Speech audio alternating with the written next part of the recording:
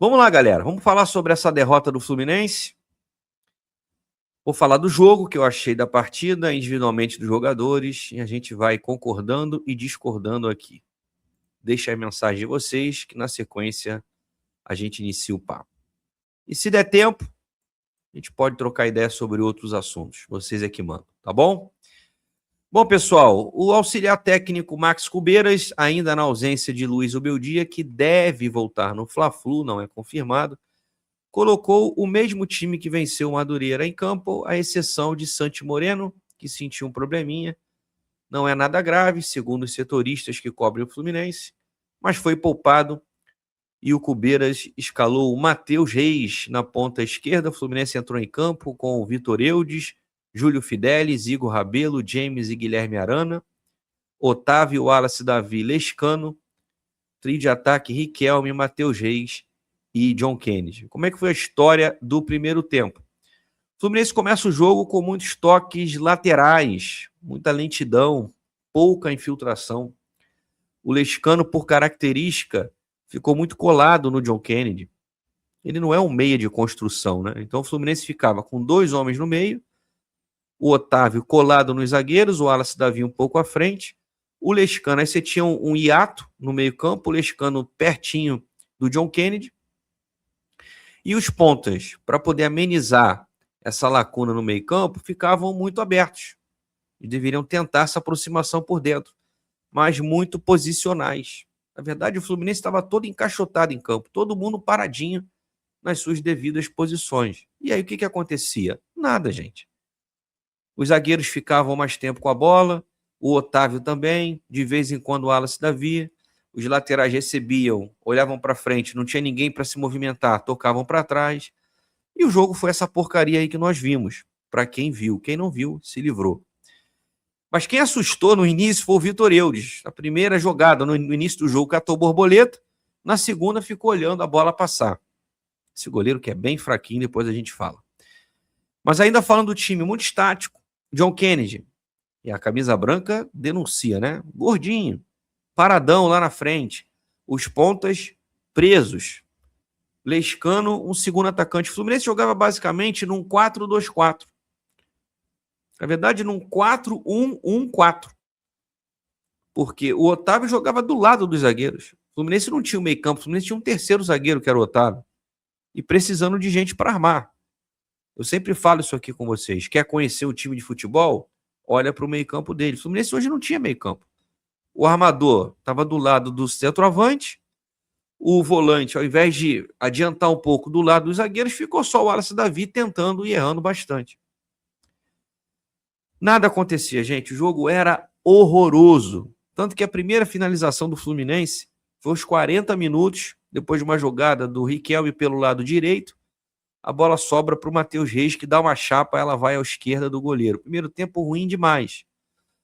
Aos 45, a segunda finalização. O Lele, que substituiu o John Kennedy, saiu machucado, chutou nas mãos do goleiro. E eu pensei, cara, tem como piorar? Acho que não, né? Esse primeiro tempo foi o fundo do poço. Mas tinha. Foi pior. E o segundo tempo, acho que as finalizações, se não foi do mesmo número, até menos. Aos 2 minutos, cobrança de escanteio, gol dos caras, né? O Gabriel Caran se abaixou para cabecear, o Júlio Fidelis, que estava na marcação, não deveria estar ali, né? Não consegue impedir a finalização. Mais uma vez, o segundo jogo seguido com bola aérea, o Fluminense com 2 zagueiros, o Igor Rabelo, que foi contratado por ser o general da zaga na bola aérea. O Fluminense toma mais um gol de bola aérea, 1-0 para o Boa Vista. E, gente, o que aconteceu depois do gol? Nada. Os mesmos toques laterais, para trás, nenhuma criatividade no meio-campo. O Lele, que tem um aspecto de atleta, se for comparar com o John Kennedy, mesmo com 23 anos, 24, parece o ex-jogador. O Lele parece um atleta. Mas quando o Lescano acertou o único passe dele vertical no jogo, ele foi desarmado igual uma criança. Ele ia de frente para o goleiro, o cara tirou a bola com uma facilidade. Parecia até o Thiago Silva, mas era o Lele que estava ali, né? Então ficou mais fácil. Aos 18, o auxiliar Max Cubeiras tirou o Wallace Davi e o Lescano e colocou o Wagner e o Wesley Nathan. E aí? E aí nada, não aconteceu nada. O Wagner veio para jogar de segundo volante, o Matheus Reis foi deslocado no meio, ficou totalmente perdido, não conseguia achar a posição dele. O Otávio continuava ali do lado dos zagueiros, tocando a bola para trás e para o lado. Teoricamente, ele colocaria o time para cima, mas o menino que entrou pelo lado esquerdo não fez nada. Aos 25, o Fluminense teve uma chance também de bola parada, uma cobrança de falta, o James cabeceou no travessão. E foi só isso, gente, não tem mais o que dizer. O jogo era ruim de doer, de sangrar os olhos, como eu coloquei aqui na thumb. Aos 36, as últimas mexidas, o Cubeiras tirou o Otávio e o Arana para colocar o Davi Melo, filho do Felipe Melo, que fez a sua estreia, e o Léo Jance, que raspou o cabelo, ficou esquisito, parecia um ET, né? A cabeça branca. E aí? E aí nada. O Davi Melo deve ter feito orgulho do papai, com 3 minutos deu uma entrada violenta e tomou cartão amarelo. E não aconteceu mais nada.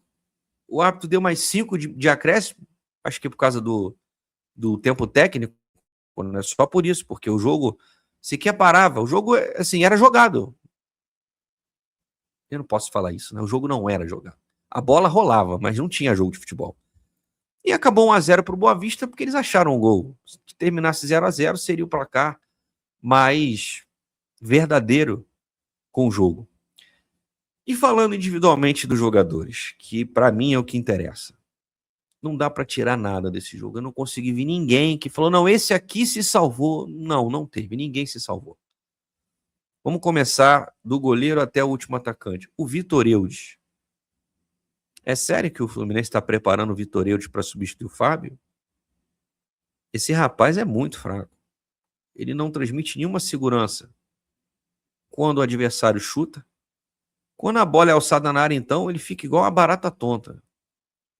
Acho que ele se esquece que ele é goleiro, que ele pode sair e socar a bola, né? Ou defender, não sei. É esse goleiro aí que é o reserva imediato do Fábio, que vai substituí-lo quando ele encerrar a carreira? Acho bom o Fábio, que é jovem, né? Garoto, iniciante, tá com o quê? 45 anos, né? Novinho. O Fábio não pode se machucar, porque senão a gente já viu quem vai entrar, né? O Júlio Fidelis, coitado, não teve apoio ali, né? Não conseguiu criar nada. Até tentou alguma coisa, falhou no gol, né? Para mim, não era para ele estar ali marcando o zagueiro dos caras. Mais uma vez, o Fluminense toma gol de zagueiro. Não dá para dizer que ele jogou mal, assim, ele não teve apoio. E o Igor Rabelo, hein? Que contratação maravilhosa. Por isso que ele não jogou no Campeonato Brasileiro. Ele veio para jogar só o Brasileiro e não jogou. 2, 3 partidas. Hoje ele mostrou por quê, né? Um zagueiro. Vocês viram, teve uma hora que ele deu uma arrancada. Eu fiquei olhando assim, rapaz. Se os jogadores da década de 50 vissem o Igor Rabelo arrancando, iam sacarem a ele, chamando de tartaruga. Porque até para a década de 50 ele é lento. Parecia uma balsa arrancando ali da ilha de Paquetá em direção a Niterói, ao Rio de Janeiro. O James hoje não foi bem, não.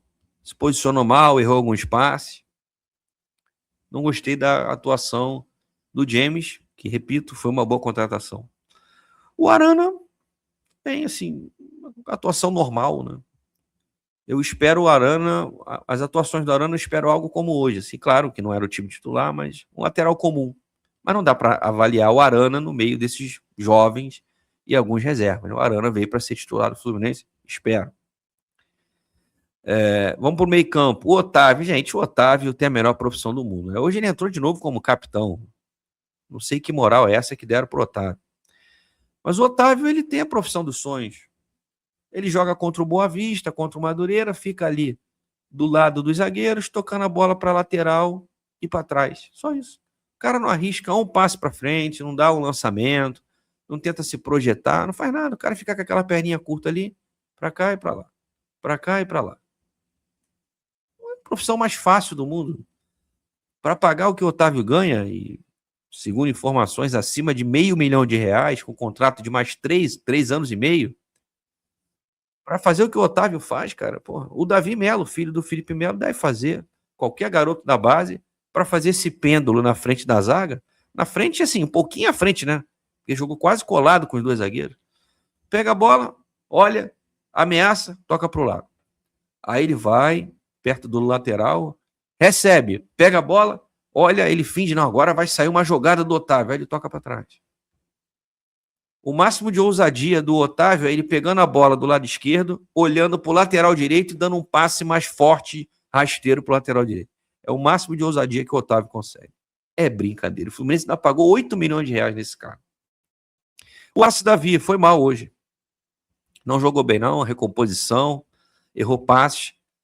Mas aí é complicado também pro garoto, né? O Otávio joga na posição dele, que é primeiro volante.